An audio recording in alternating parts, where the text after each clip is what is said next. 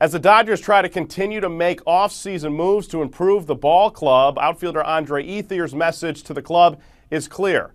I want to start.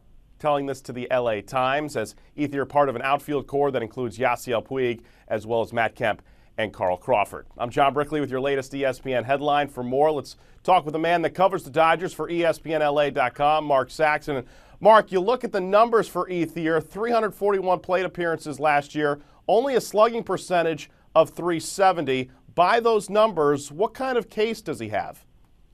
Hey, John, I don't think he's got any case at all, aside from the fact that, for many years he was a very, very good player.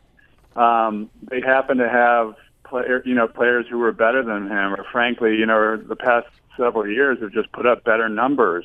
And in fact, they moved Matt Kemp out of center field and had to use Yasiel Puig out there.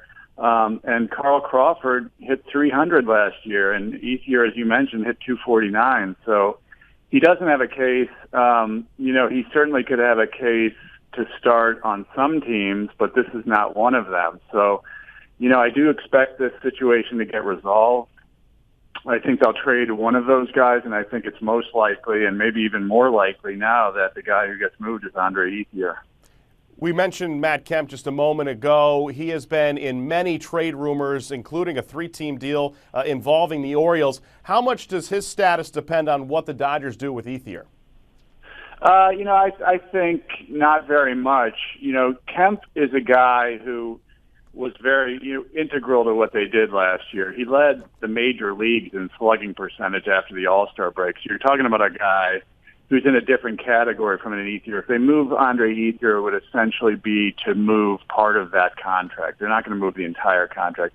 If you move Matt Kemp, they have to get something back that helps the major league team.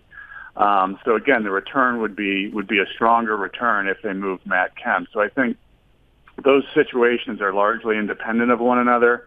And frankly, the Dodgers have a guy who might be higher on the pecking order now than Ethier, and Joc Pederson, who's a true center fielder and who they feel very high on.